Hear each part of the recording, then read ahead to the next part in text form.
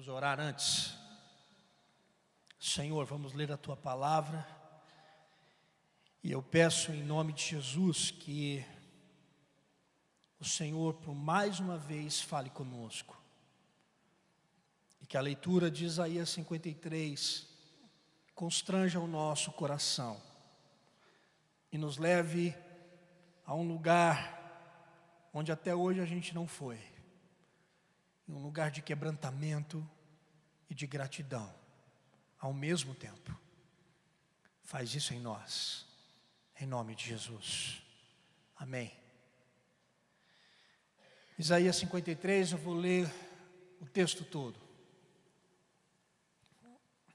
Quem creu em nossa pregação e a quem foi revelado o braço do Senhor, porque foi subindo como renovo perante ele, e como raiz de uma terra seca, não tinha aparência, nem formosura, olhámo-lo, mas nenhuma beleza havia que nos agradasse, era desprezado e o mais rejeitado entre os homens, homem de dores, e que sabe o que é padecer, e como um de quem os homens escondem o rosto, era desprezado, e dele não fizemos caso. Certamente ele tomou sobre si as nossas enfermidades e as nossas dores, levou sobre si, e nós o reputávamos por aflito, ferido de Deus e oprimido, mas ele foi traspassado pelas nossas transgressões e moído pelas nossas iniquidades. O castigo que nos traz a paz estava sobre ele, e pelas suas pisaduras fomos sarados. Todos nós andávamos desgarrados como ovelhas. Cada um se desviava pelo caminho, mas o Senhor fez cair sobre ele a iniquidade de todos nós. Ele foi oprimido e humilhado, mas não abriu a boca. Como cordeiro, foi levado ao matadouro, e como ovelha muda perante os seus tosquiadores, ele não abriu a boca. Por juízo o opressor foi arrebatado, e de sua linhagem, quem dela cogitou? Porquanto foi cortado da terra dos viventes, por causa da transgressão do meu povo, foi ele ferido. Designaram-lhe a sepultura com os perversos, mas com o rico esteve na sua morte, posto que nunca fez injustiça, nem dolo algum se achou em sua boca. Todavia, ao Senhor agradou moê-lo, fazendo-o enfermar. Quando der ele a sua alma como oferta pelo pecado, verá a sua posteridade e prolongará os seus dias, e a vontade do Senhor prosperará nas suas mãos. Ele verá o fruto do penoso trabalho de sua alma e ficará satisfeito. O meu servo, o justo, com o seu conhecimento, justificará muitos, porque as iniquidades deles levará sobre si. Por isso, eu lhe dei muitos como a sua parte, e com os poderosos repartirá ele o despojo. Pergunto, porquanto derramou a sua alma na morte, foi contado com os transgressores, contudo levou sobre si o pecado de muitos, e pelos transgressores intercedeu. Amém.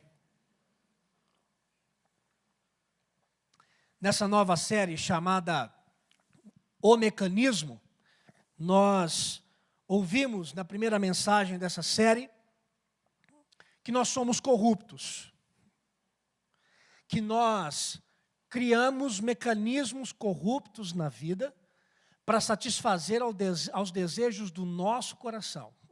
Nós criamos mecanismos corruptos para viver nesse mundo, reconhecendo Deus como Deus, mas a gente não precisa viver a realidade desse Deus que é Deus. E na semana passada, nós vimos também que por sermos corruptos, nós merecíamos o juízo de Deus, nós merecíamos o julgamento de Deus, mas Ele nos atrai para Ele. E quando Ele nos atrai, Ele quer falar ao nosso coração. Então, parece que tudo se ajeitou. Parece que tudo se ajeitou. Nós éramos corruptos, nós somos corruptos, e Deus vem e nos atrai para Ele, para falar ao nosso coração. Pronto, está tudo resolvido. Estávamos distantes, e agora Ele nos atraiu. Resolvido o problema. Poderíamos ir embora. Descobrimos que somos corruptos, e que mesmo sendo corruptos, Deus nos chamou para perto dEle. Pronto, a história se resolveu. Não, a história não se resolveu. Porque as coisas não podem terminar assim. Se nós chamamos Deus de justo, é necessário que na justiça de Deus, Ele realize um julgamento. Se Deus é justo, Ele tem que fazer um julgamento. Se não houver julgamento, nós podemos afirmar com todas as letras que Deus é injusto.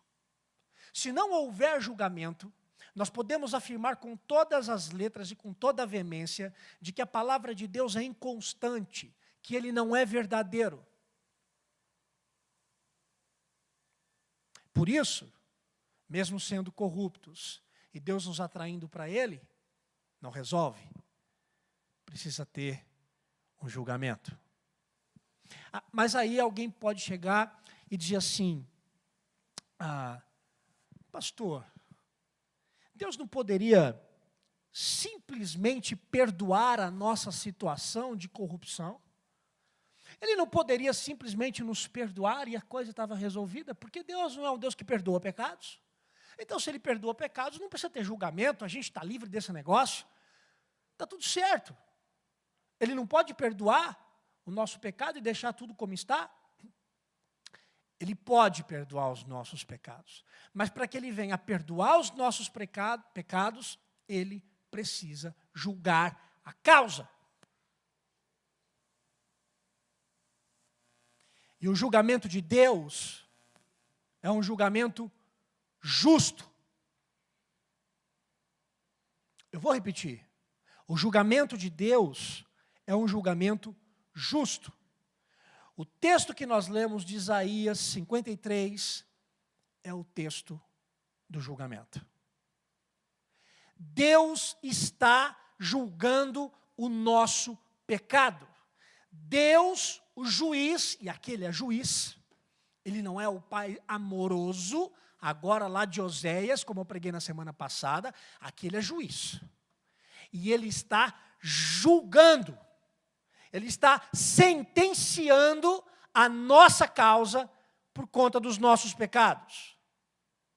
E sabe o que é mais poderoso nesse texto de Isaías 53? É que Deus mostra, através da profecia desse homem de Isaías, mostra como será esse julgamento, usando esse homem, Isaías, que viveu cerca de 700 anos antes de Cristo. E eu não sei se você percebeu, mas o texto, nós encontramos ricos detalhes acerca da crucificação e da morte de Jesus. Caco, só bota um pouquinho de retorno para mim, por favor. O texto é extremamente rico em detalhes sobre a crucificação e a morte de Jesus. 700 anos antes do nascimento de Cristo.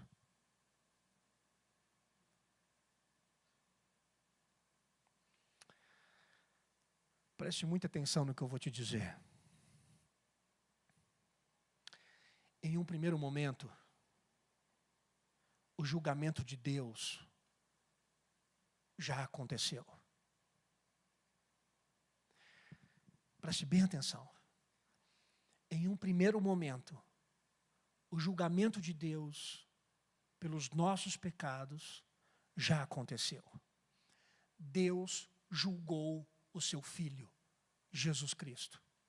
Porque na pessoa de Jesus Cristo, os nossos pecados estavam sendo jogados naquela cruz. Jesus morreu porque ele foi julgado. E a ira de Deus, por conta dos nossos pecados, estava na cruz. Jesus recebeu a sentença do julgamento que era nossa. A sentença era nossa. E Jesus assumiu a sentença no nosso lugar.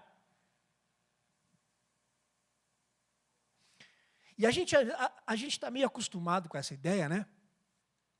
Não, Jesus foi para a cruz do Calvário para pagar os nossos pecados. Jesus estava na cruz e Ele sofreu pelos nossos pecados. Mas eu tenho a percepção de que nós não temos, às vezes, a dimensão do que aconteceu na cruz. E nós não temos a dimensão da realidade do que estava acontecendo lá. E está aqui um texto, 700 anos, cerca de 700 anos, antes do nascimento de Jesus, um texto dizendo como é que seria o julgamento de Deus. Mas você também diz assim, mas pastor, isso não faz sentido? Porque na semana passada, até com lágrimas nos olhos, pastor, você pregou falando que Deus é um Deus de amor, que Ele nos atrai para Ele, que Ele quer falar ao nosso coração. Eu vou continuar dizendo, sim, Ele nos atrai, Ele quer falar ao nosso coração, mas para falar ao seu coração, alguém teve que ser julgado. Porque Deus é justo. Deus não falaria ao seu coração se alguém não tivesse pago. Deus não atrairia o seu povo e falaria ao seu coração se alguém não tivesse a responsabilidade de arcar com o julgamento. E volto a dizer, Deus é justo. E Ele precisou julgar. Para você ter uma ideia, esse texto de Isaías, ele é tão central nas Escrituras, que no Novo Testamento ele é citado 7 vezes, o texto diretamente citado 7 vezes no Antigo Testamento, e indiretamente ele é citado mais de 20 vezes no Novo Testamento. A gente está aqui diante de um texto que não apenas é clássico, mas que é central em toda a Escritura. E eu quero convidar agora você a arrumar, a se assentar direito nos bancos, se ajeitar, porque o que nós vamos ver agora é o julgamento. Eu quero convidar você agora a ter os seus olhos, o seu coração e o seu ouvido e tudo aquilo que você é muito sensível à cena que nós vamos apresentar nessa noite, porque é a cena do julgamento. E eu preciso dizer algo já logo de início. O julgamento era para ser seu. Esse é o spoiler. A gente vai ver o julgamento. Mas o julgamento era para ser você. Era para ser eu. O negócio é que Jesus assumiu no nosso lugar a sentença que o juiz deu. Eu estava essa semana preparando essa mensagem.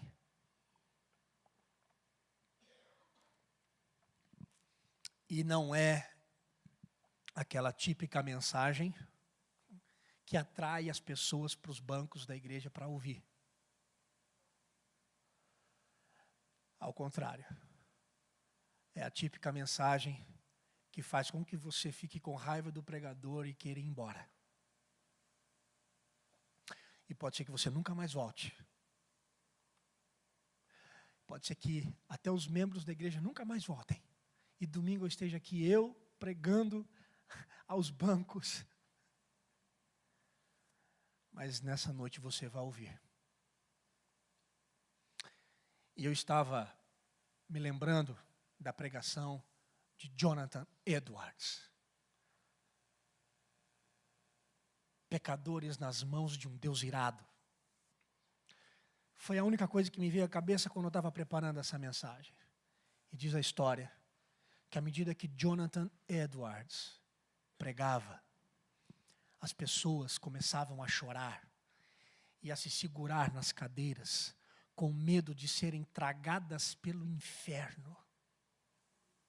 E à medida que ele pregava, é como se as pessoas se segurassem, dizendo: Senhor, eu estou caindo, Senhor, me segura, tem misericórdia. E naquela noite, muita gente entendeu a mensagem do Evangelho. A minha oração é para que a partir de agora, os bancos tremam.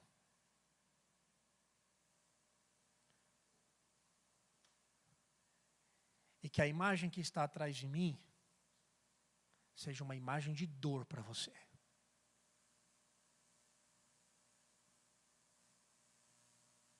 E que você saia daqui nessa noite,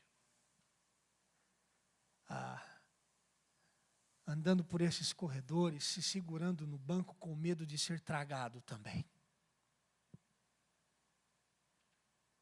Que Deus faça um pouco do que Ele fez naquela noite, ou naquele dia, na pregação de Jonathan Edwards. Vamos seguir o texto. O texto começa dizendo: quem creu na nossa pregação, quem creu? Ou seja, quem é que está aqui nessa noite, ou que está ouvindo pela internet essa mensagem, quem é que vai ouvir e quem é que vai crer nessa pregação de hoje? Quem é que vai crer? Quem é que vai crer nesse julgamento de Deus, que era para ser o nosso julgamento, mas que foi o julgamento de um inocente na cruz do Calvário? Quem é nessa noite que vai crer definitivamente nesse negócio? Quem é que vai crer nessa pregação? Quem é que vai crer nessa verdade hoje? A pergunta do profeta Isaías me faz pensar o que é que está sendo pregado por aí hoje. A pergunta do profeta Isaías me fez pensar o que é que as pessoas estão pregando nos púlpitos das igrejas. E o que é que as pessoas que estão indo às igrejas estão ouvindo e querem ouvir dos seus pastores, dos seus líderes, dos seus mentores espirituais. De gente que pega a palavra de Deus, que ocupa o púlpito, não para trazer uma palavra do julgamento, mas para trazer afagos aos ouvidos e aos corações dos ouvintes, para que no próximo domingo a igreja esteja lotada de gente afagada, e mais gente afagada, para a gente ter um grande número de pessoas, um grande número de gente que é acolhido, que é amado, que é acariciado, mas que não se tem nenhuma palavra de julgamento.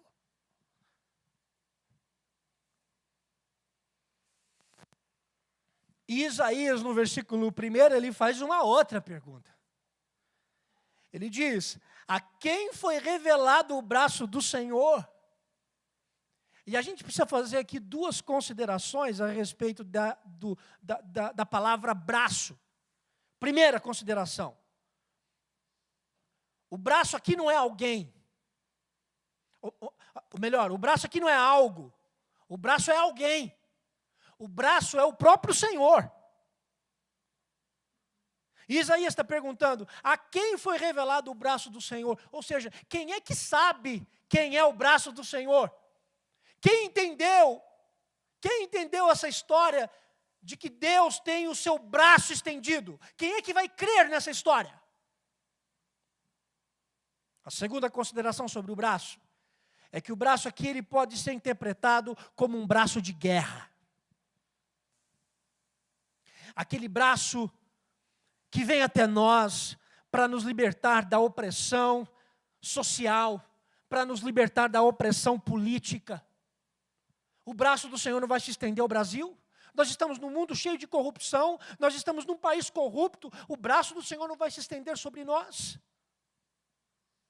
O Senhor não vai nos dar uma liderança política pura, que vai conduzir esse país a um lugar onde a gente sempre sonhou.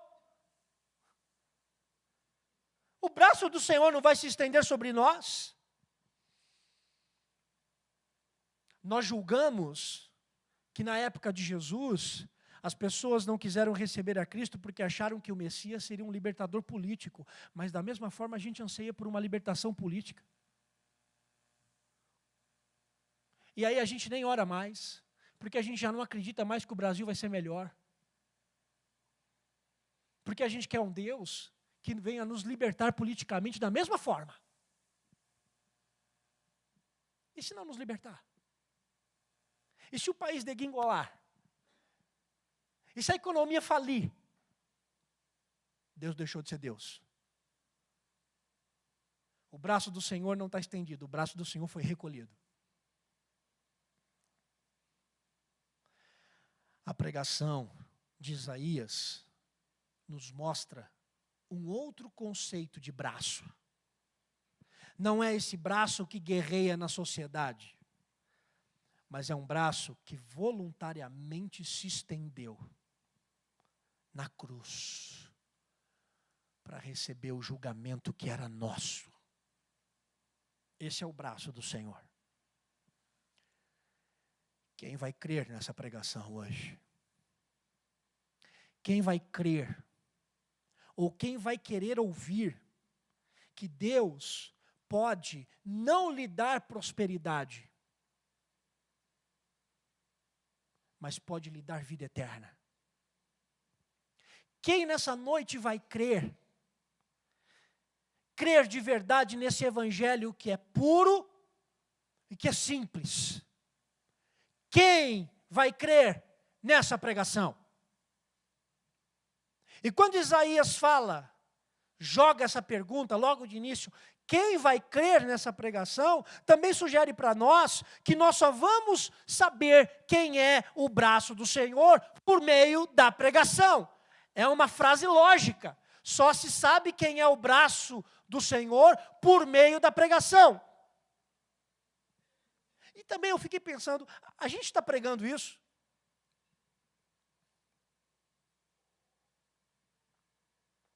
Ou a gente joga a função da pregação na figura do pastor? Porque tem muita gente que diz isso, né? Não, o pastor é pago para isso.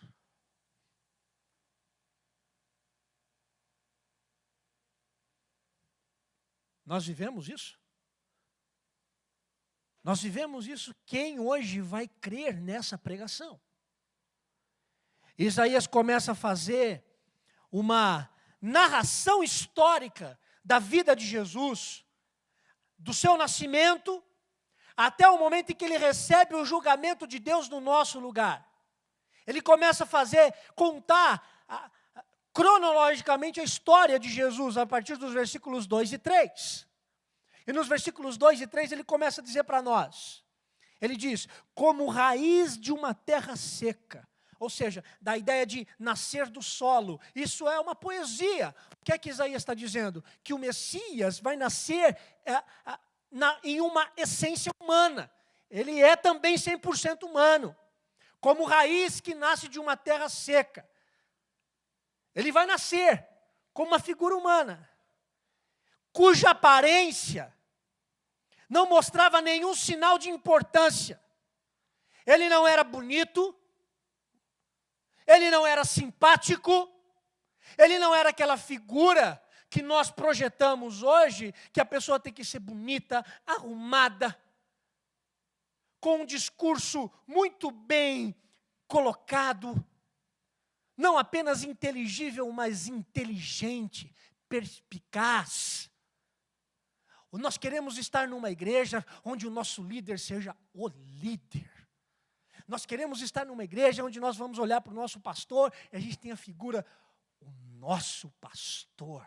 Ah, como eu tenho orgulho do nosso pastor, porque ele se veste bem, porque ele prega bem, porque ele é eloquente, porque ele atrai as pessoas com o seu discurso. Ora, as Escrituras estão dizendo que Jesus não era bonito, que Jesus aqui não era simpático, e ele não tinha nenhuma atração externa que pudesse atrair as pessoas para segui-lo. O contrário de muita gente hoje, que querem usar de uma figura externa, requintada, para ter seguidores.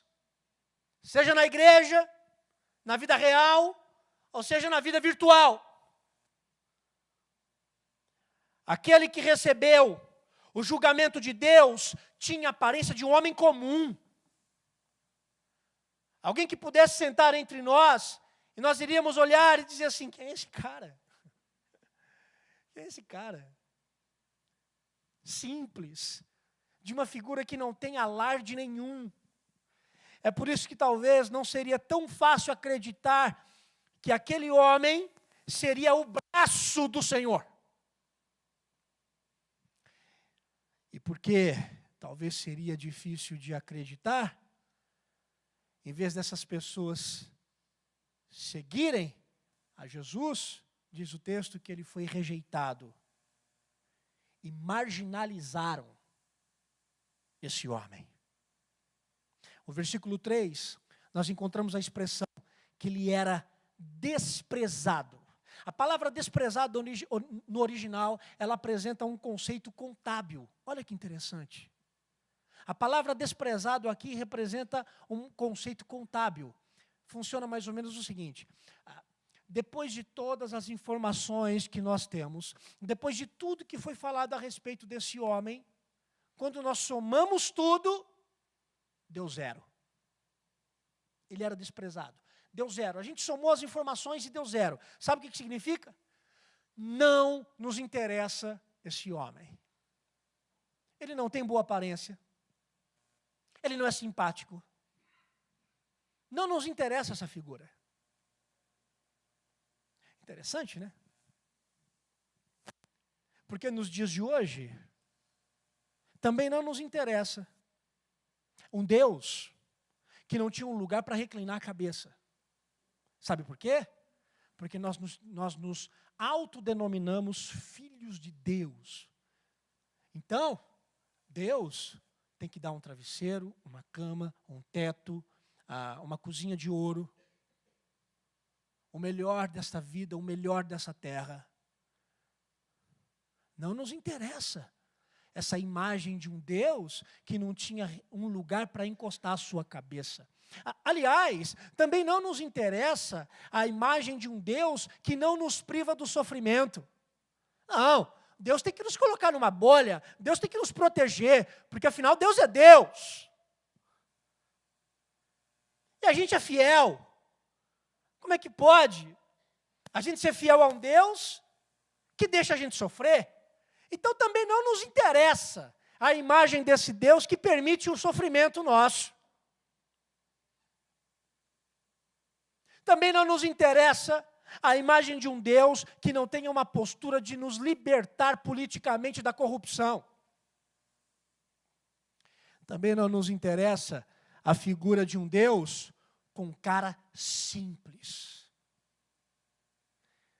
É por isso que nos dias de hoje cria-se a figura de um Deus pomposo, que nos oferece toda a sua pompa. De um Deus que, se você der cifrão a Ele, Ele vai lhe dar 3, 4, 5 vezes cifrões a mais daquilo que você deu.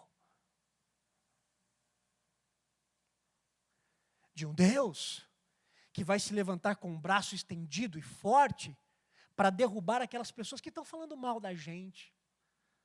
Porque, afinal de contas, estão falando mal de nós somos os ungidos do Senhor. Nós somos os servos de Deus. Então, já que nós somos os fiéis, já que nós somos os servos de Deus, nós não podemos ser perseguidos. Então Deus vai se levantar e vai derrubar essas pessoas que são os nossos inimigos, aleluia, e vamos orar. Senhor, dê-nos numa bandeja a cabeça dos nossos inimigos e nós vamos celebrar. Vamos fazer um culto, uma vigília, para derrubar essas pessoas que nos perseguem. E o braço estendido na cruz diz para nós: ei, está na hora de você amar quem persegue você.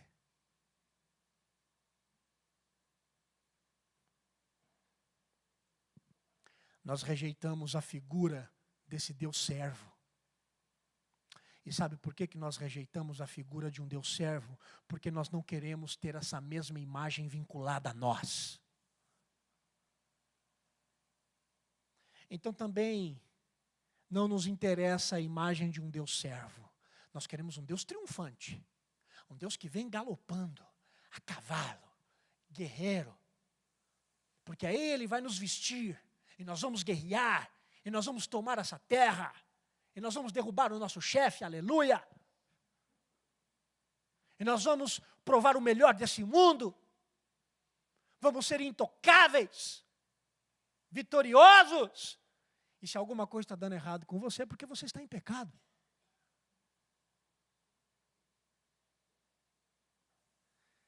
Não interessa para nós a imagem de um Deus servo. Não nos interessa a imagem de um Deus crucificado. Interessa para nós a imagem de um Deus que cura. De um Deus que promove cura. De um Deus que enche os cestos. De um Deus que promove milagre. Mas um Deus servo, não. Por quê? Porque nós queremos também ver as curas. Nós queremos ver os milagres. Nós queremos ver o oba-oba. Mas ser servo como Ele a gente não quer. Isso não nos interessa.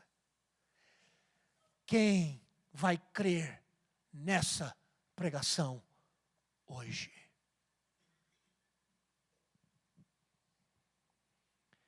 É por isso que o braço do Senhor, no versículo 1, não pode ser conhecido sem a revelação do Pai. E a revelação do Pai está aqui. Esta é a revelação do Pai ao homem. Está aqui. Está aqui. E sabe o que nós fazemos com a revelação do Pai? Fechamos e a abrimos no domingo, quando o pastor pede para a gente abrir ela. Porque nós queremos ouvir coisas novas. Mas ouvir a voz do Pai revelada nas Escrituras, nós não queremos ouvir. Já cansei de ler a Bíblia. Já cansei de ler livros sobre Deus também. Agora eu vou ler o quê? Vou ler uma autoajuda para dar uma colaborada com o meu espírito.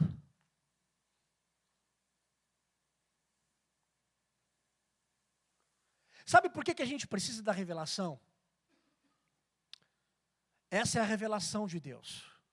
Sabe por que nós precisamos da revelação? Porque sem a revelação nós não temos percepção de quem é Jesus. A nossa percepção sobre Jesus será uma percepção egoísta, limitada, míope.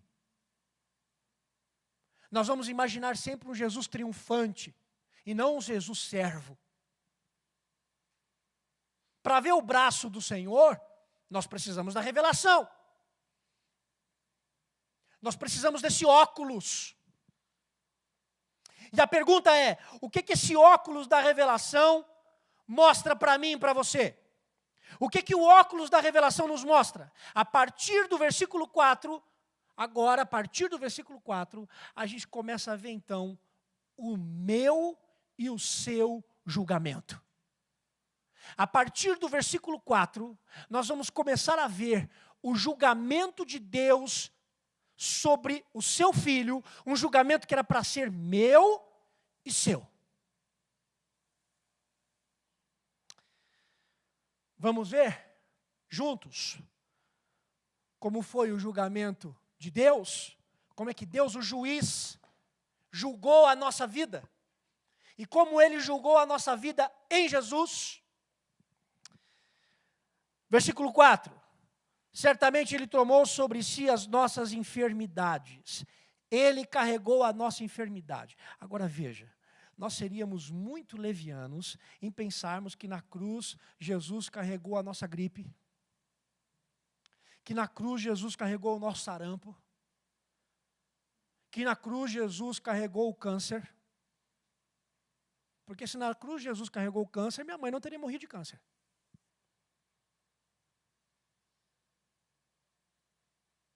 Que enfermidade? Qual é a enfermidade que Isaías aqui está dizendo? Que ele carregou sobre ele as nossas enfermidades. As enfermidades aqui é tudo aquilo que vai arruinar a história humana. São posturas humanas que vão arruinar a própria história humana. A enfermidade da incredulidade.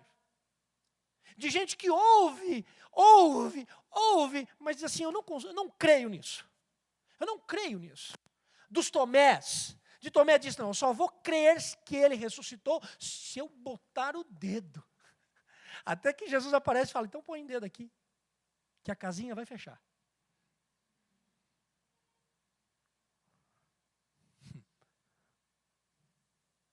A enfermidade da incredulidade. De gente que deixa de crer que Deus sim não é também apenas o Deus servo, mas é o Deus que efetua a cura sim.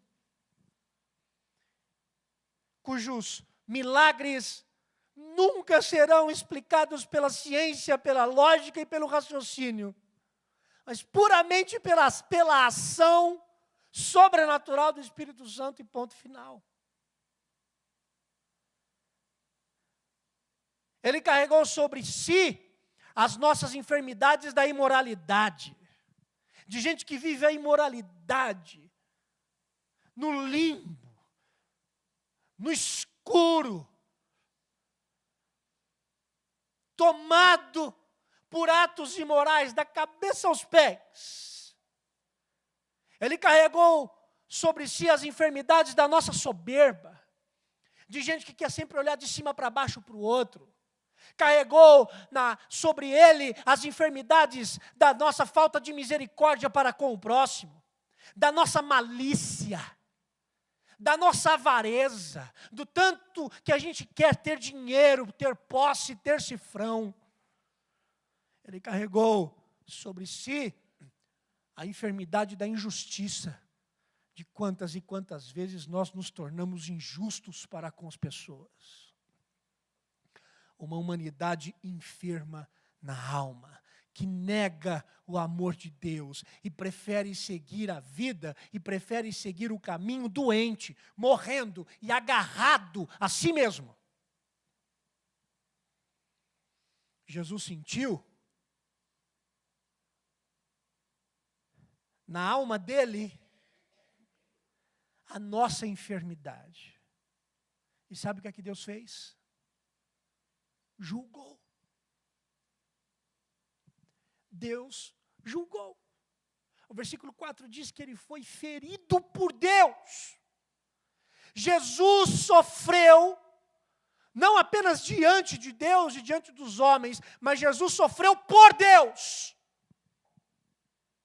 Deus o feriu. E talvez eu e você não tenhamos a mínima ideia de que os sofrimentos e os ferimentos que Jesus recebeu são coisas que também nos ferem hoje, mas que a gente não tem ideia. Porque tem gente que acha que a avareza não vai lhe ferir, porque acha que tem gente que a soberba não vai lhe ferir, porque tem gente que acha que a injustiça e que a imoralidade não vai lhe ferir, mas vai. E veja, ele tomou sobre si tudo o que arruinava a minha e a sua vida. E é por isso que a gente não precisa mais viver nessa ruína. Sabe por quê? Porque ele já levou isso na cruz. A gente não precisa mais viver assim.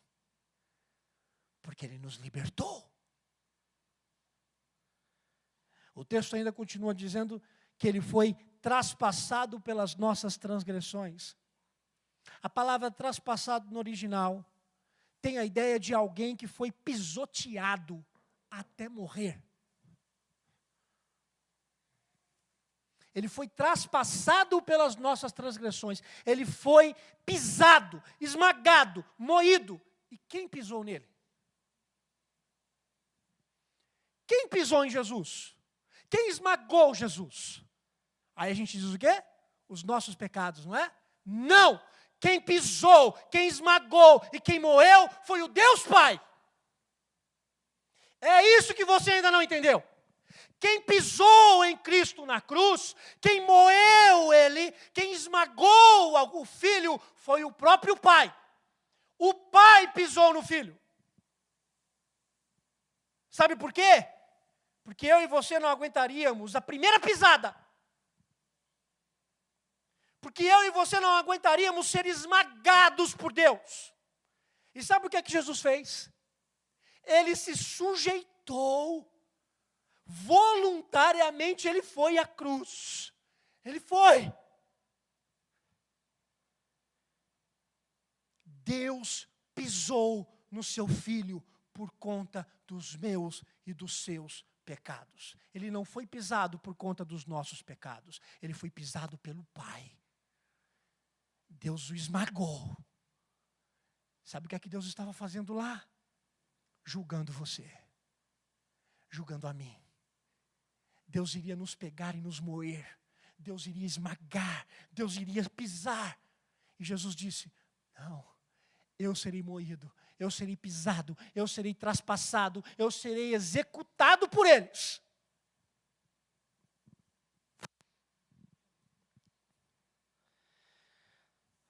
Mas a gente também tem uma ideia muito limitada do que foi a dor de Jesus. Quando a gente fala da cruz, as pessoas entendem que Jesus sofreu fisicamente. Ok, foi mesmo. Mas a dor de Jesus não foi apenas física. Foi uma profunda dor emocional e uma profunda dor afetiva. Porque na cruz do Calvário, o Filho estava separado do Pai. Lembra quando o que Jesus ora na cruz? Ele ora o Salmo 22, que é um outro salmo messiânico, que conta como ele morreu também, escrito por Davi. E o que é que Jesus ora?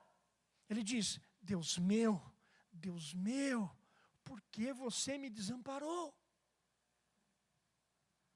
O Filho não estava sofrendo apenas dores físicas pelos nossos pecados. Ele estava sofrendo uma dor emocional e uma dor espiritual. Sabe por quê? Porque na cruz do Calvário o Filho estava separado do Pai por conta dos nossos pecados. O versículo 5 diz que o castigo que nos traz a paz estava sobre ele. O castigo que nos traz a paz. Que paz? A paz que hoje você tem de fechar os olhos e ter a certeza que o Pai está olhando a sua vida. Ainda que as coisas não se resolvam, ainda que Deus permita que algumas coisas aconteçam nas nossas vidas, a gente é tomado por uma paz, nós somos tomados por uma paz que às vezes está acima do entendimento, acima das circunstâncias. Essa paz, essa certeza que a gente tem de fechar os nossos olhos e orar a Deus em nome de Jesus, sabendo que Ele se preocupa comigo e com você. Pois é. O castigo que nos traz essa paz estava sobre ele. Ou seja, ele não viveu isso. Na cruz do Calvário, Jesus não viveu essa paz. Jesus viveu a angústia que muita gente acha que tem. De que Deus virou as costas para você. Já viu? Tem muita gente que diz assim, não, Deus virou as costas para mim. Não, Deus não virou as costas para você. Deus virou as costas para o Filho na cruz do Calvário. Para você não. Para você não. O castigo que nos traz a paz estava sobre ele. Qual era o castigo? O que é que o pecado faz com o homem na sua relação com Deus? O pecado separa o homem de Deus. O castigo era esse. O castigo da separação. Agora você consegue imaginar isso? O Filho de Deus, vivendo eternamente na relação de amor com o Pai, recebe agora toda a raiva, toda a ira, para que eu e você pudéssemos encontrar paz.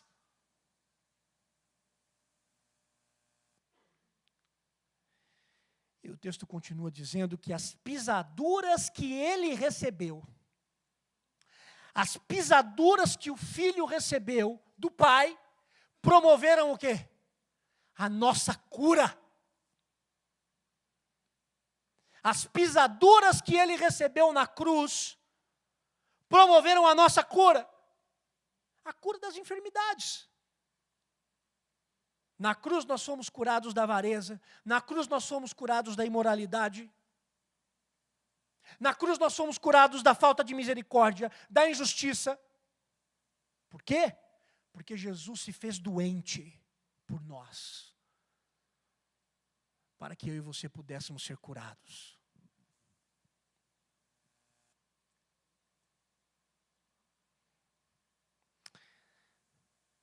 E sabe o que é mais impressionante no versículo 6?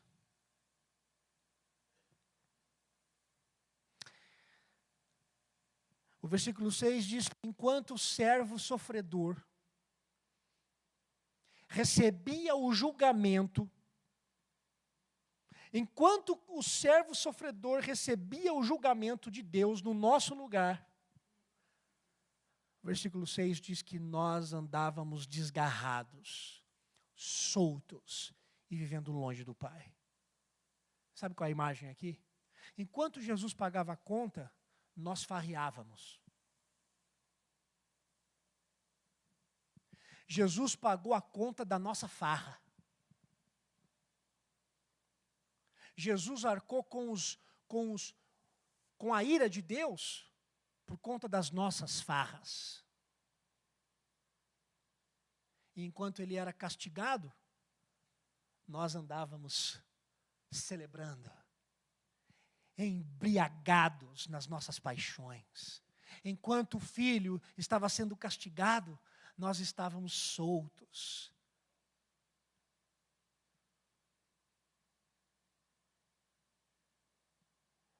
E diz o texto que ele não abriu a boca ao receber o julgamento no nosso lugar.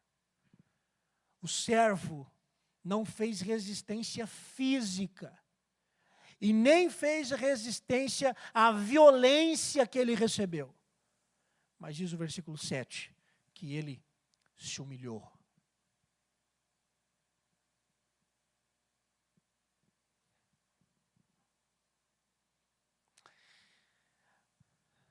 Sabe qual é a virtude do humilde? Sabe qual é a virtude do humilde? A virtude do humilde é que ele nunca se sente humilhado. Quem se sente humilhado é o soberbo. Quem se sente humilhado é quem olha de cima para baixo. É quem tem uma imagem sobre si muito polida. Esse se sente humilhado. Agora quem é humilde, quem é servo, não se sente humilhado.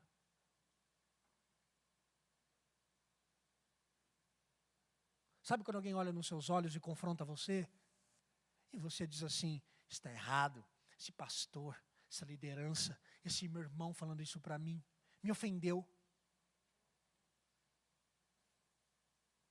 Agora quando você corrige alguém, e essa pessoa se curva, ele não se sente humilhado, porque ele é humilde. Davi era um homem que fez muita coisa errada na vida. Muita coisa errada. E quando o pastor Natan chega para falar com ele que ele tinha adulterado com Betseba, e quando ele diz, você é o homem, o que é que Davi faz sendo rei? Rasga as vestes e se curva, se humilha. Ele não se sentiu humilhado, porque no coração dele já estava humilde. E se sentiu pastoreado, e se permitiu ser pastoreado. Um dos problemas da nossa geração. Pessoas que não se permitem mais serem pastoreadas. Pessoas que quando são pastoreadas e quando são confrontadas, espanam, saem da igreja. Porque não querem ser pastoreadas.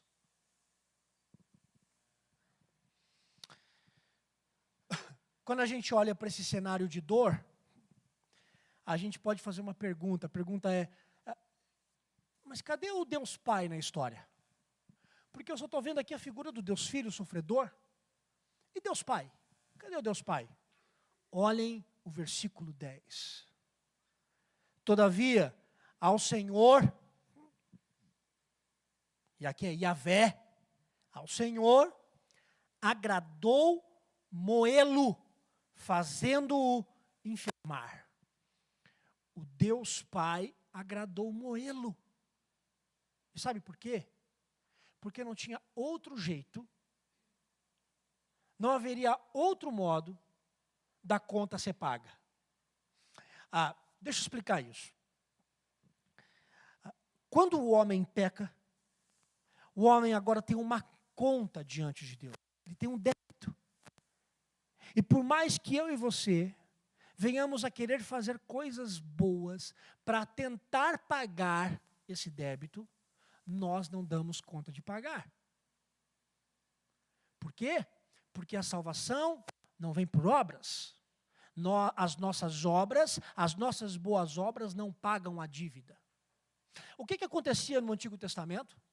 No Antigo Testamento, então, é introduzido na história o sacrifício. Eles imolavam um cordeiro. E esse cordeiro representava o sacrifício diante de Deus, pelos pecados das pessoas. Mas também não era pleno. Por quê? Porque a ovelha não paga a conta de homem. Bode e pomba não paga a conta de homem.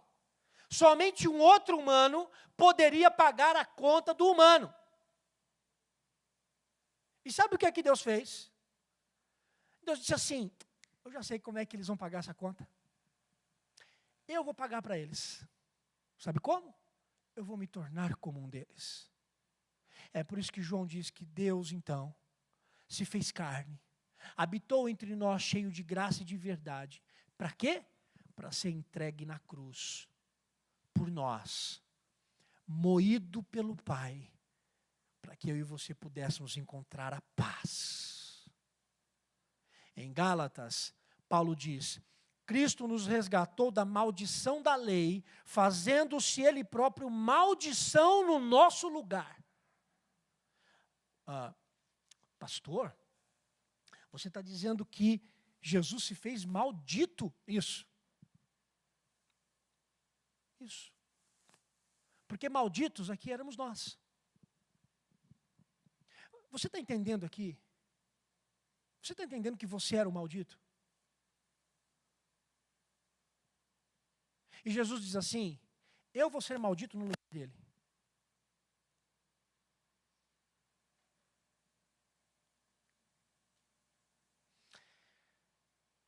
O que estamos vendo nesse texto de Isaías 53 não é apenas a profecia do sofrimento de Jesus, contexto de 700 anos antes de Cristo. Sabe o que a gente está vendo aqui em Isaías 53? A gente está vendo aqui algo que a gente não gosta muito de ouvir nem de falar. Em Isaías 53, nós estamos diante de um texto que fala da ira de Deus. Ira de Deus.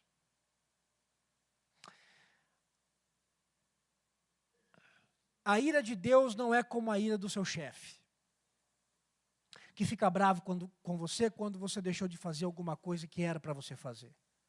Não. A ira de Deus é contra o pecado. Só que uma coisa precisa ficar muito clara nessa noite. O pecado não está fora de mim. O pecado não é uma bolha que fica andando por aí. Olha o pecado ali, olha, e vai tomar conta agora de você. Entrou em você o pecado. O pecado não é uma áurea que fica rodando. O pecado não vai cair em mim não, eu vou fugir dele. Não. O pecado está onde? Aonde? Em nós. Por isso, não tem como Deus julgar o pecado e deixar de julgar o pecador. Você entendeu o que eu falei?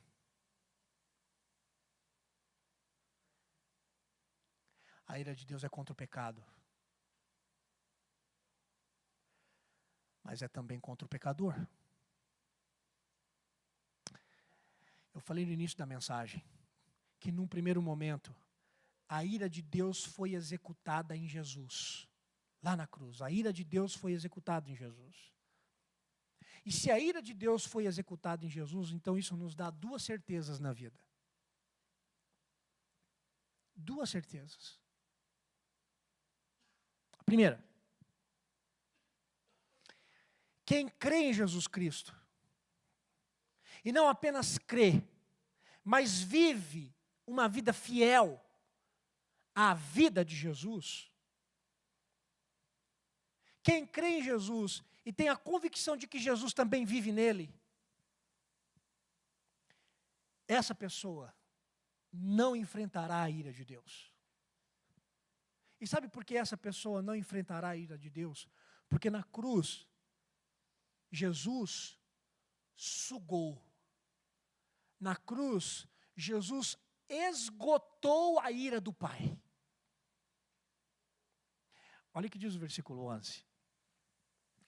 Ele verá o fruto do penoso trabalho. Ele quem? Aquele que vai sofrer, que é Jesus. Ele verá o fruto do penoso trabalho de sua alma e ficará satisfeito. O meu servo, o justo, com o seu conhecimento, justificará muitos. A muitos, porque as iniquidades deles levará sobre si. Quem crê em Jesus e é fiel a Jesus aqui, nessa terra, nesse cosmos, nesse mundo que a gente está, quem se submete à vida de Jesus, não enfrentará a ira de Deus, porque Jesus na cruz do Calvário já enfrentou no seu lugar. Essas pessoas estão livres, porque Paulo diz, nenhuma condenação há para aquelas pessoas que estão em Cristo Jesus. Não há condenação, não há mais julgamento. O julgamento já foi lá na cruz. Para essas pessoas, eles foram justificados. Se você está em Cristo hoje, eu tenho uma boa notícia para você. O julgamento já aconteceu e foi na cruz do Calvário. E se você errar, e se você pecar, lembre-se, as suas enfermidades foram levadas na cruz.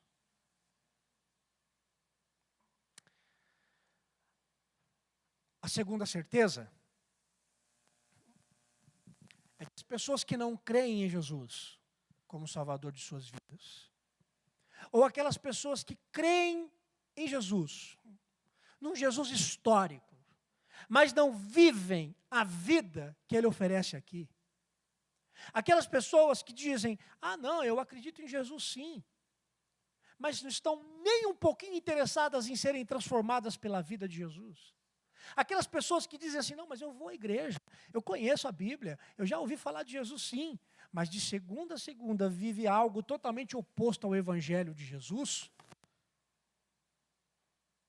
Essas pessoas irão provar a ira divina. Eu seria muito leviano se eu dissesse que todas as pessoas, inclusive todas as pessoas que estão aqui ou ouvindo essa mensagem, não receberão a ira divina. Eu sinto dizer que pode ser que muitas pessoas que aqui estão, ou que estão ouvindo essa mensagem, um dia não conseguirão lidar com a ira furiosa do Deus poderoso. Essas pessoas irão provar da ira divina e não terão a proteção da cruz.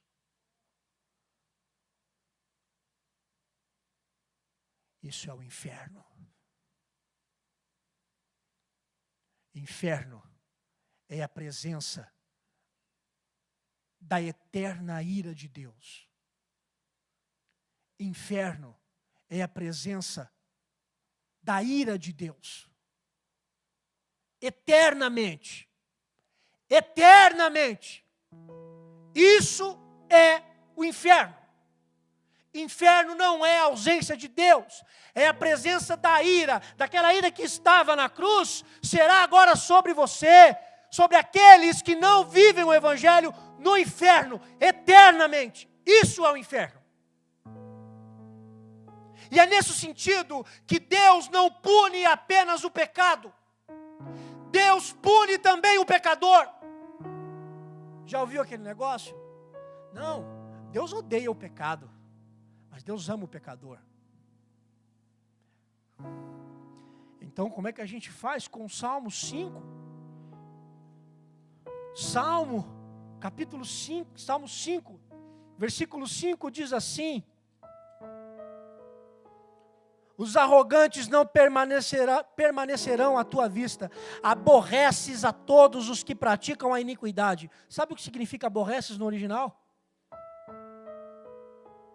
Odiar. O Senhor abomina quem continua na prática da iniquidade. O Senhor abomina quem vive assim. Ele aborrece.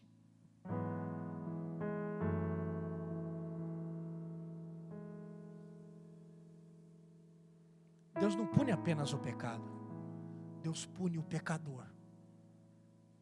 E você que vive com Cristo, você é pecador? É. Mas há uma diferença. Porque na cruz, Jesus carregou a ira do Pai por conta dos seus pecados. Mas se você está aqui nessa noite e não vive essa realidade, sobre a cruz não estão os seus pecados. Os seus pecados estão sobre você. E você será julgado por eles. Você será julgado por eles. Se a cruz de Cristo não está sobre a sua vida, você será julgado pelos seus pecados. E a ira de Deus cairá sobre você, sim.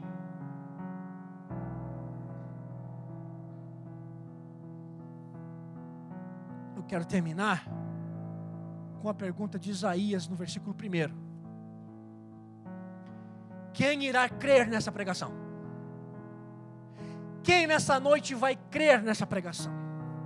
Porque olha, ou você está debaixo da vida que Jesus lhe proporcionou,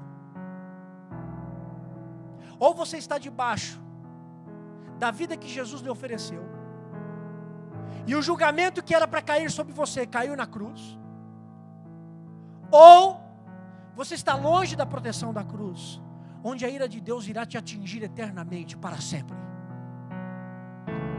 Não existe um meio termo.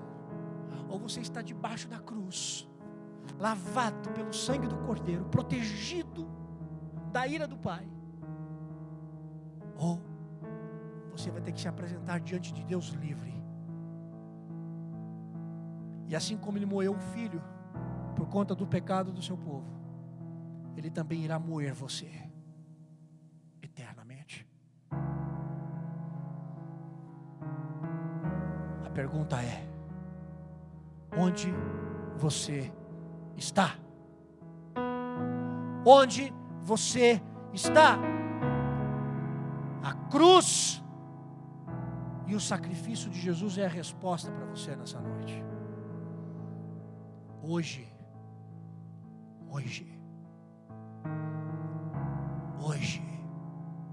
se você ouvir a voz do Espírito, não endureça o seu coração. Porque se a morte hoje chegar até você, onde você está? Nós cantamos uma música, eu quero pedir para que nós venhamos a cantá-la de novo. Porque a música que nós cantamos no momento de louvor, uma frase diz assim: ó morte, onde estás? Onde está? Onde está a sua vitória, morte? Onde está a tua vitória, ó morte? E nós, que estamos debaixo do sangue do Cordeiro, nós podemos também cantar assim, porque Ele ressuscitou. E quando Cristo ressuscitou, Ele venceu a minha e a sua morte para sempre, e nos protegeu da ira do Pai. Mas se nessa noite você ainda se mantém duro, questionando, distante, você estará só com a ira de Deus e se responsabilizará pela ira de Deus. Eu queria que nós ficássemos em pé. E eu não preciso dizer que nós poderíamos cantar essa música com muita paixão, porque o que essa música diz é exatamente aquilo que nós pregamos nessa noite. Eu quero convidar você a se colocar diante desse Deus que vivo está. Vamos cantar.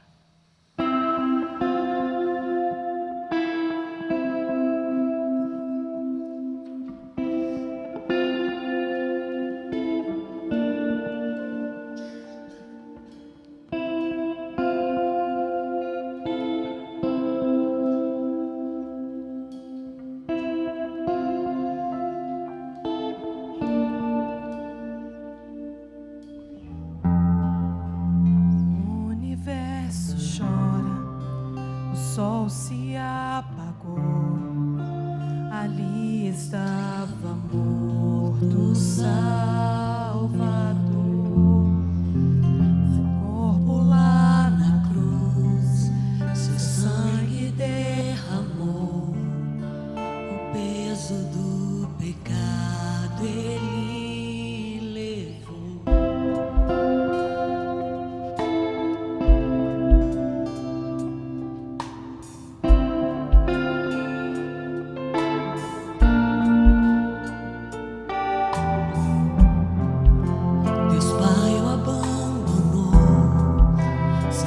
Seu respirar, em trevas se encontrou o Filho. A guerra começou, a morte enfrentou, todo o poder das trevas vencido foi. A guerra estremeceu, o sepulcro se abriu. Nada vencerá seu grande amor.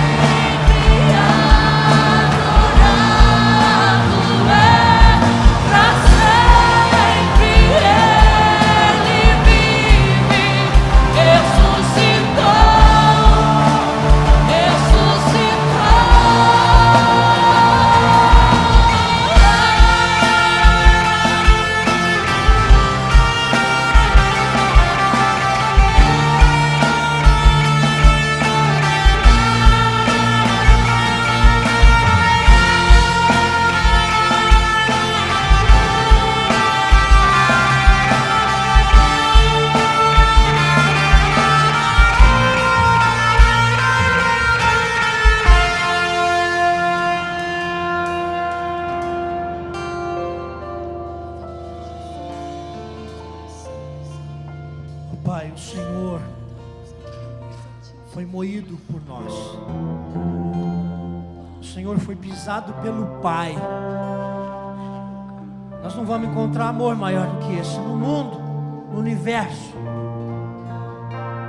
Eu peço, Pai, em nome de Jesus, para que o Teu amor toque o coração de cada pessoa que está aqui nessa noite.